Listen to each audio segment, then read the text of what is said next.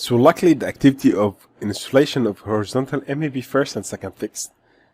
The start date after putting the relationship would go after the end date 25 June. So it would be 26 June if 26 June is not a Friday. So if we run, we would see how it goes. So here as you see, because there is no relationship, these are on the data date, which is the blue line here. So we are going to talk about the bars and how to adjust the bars later on.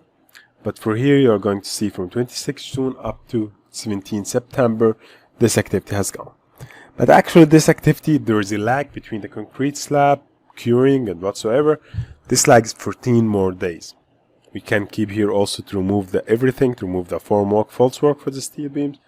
We can keep it 10 days. So if we run, if we are going to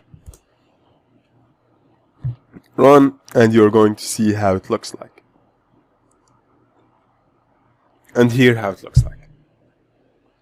So now you have finished the MEP activities. Now let's see the architectural and how the architecture will link with the MEP and the structural works as well. And do we have to add another activities or not? And is this enough or not? You have to think all about it while if you are doing the architectural works. While when finishing the architectural works, we will be going to finish the whole construction schedule.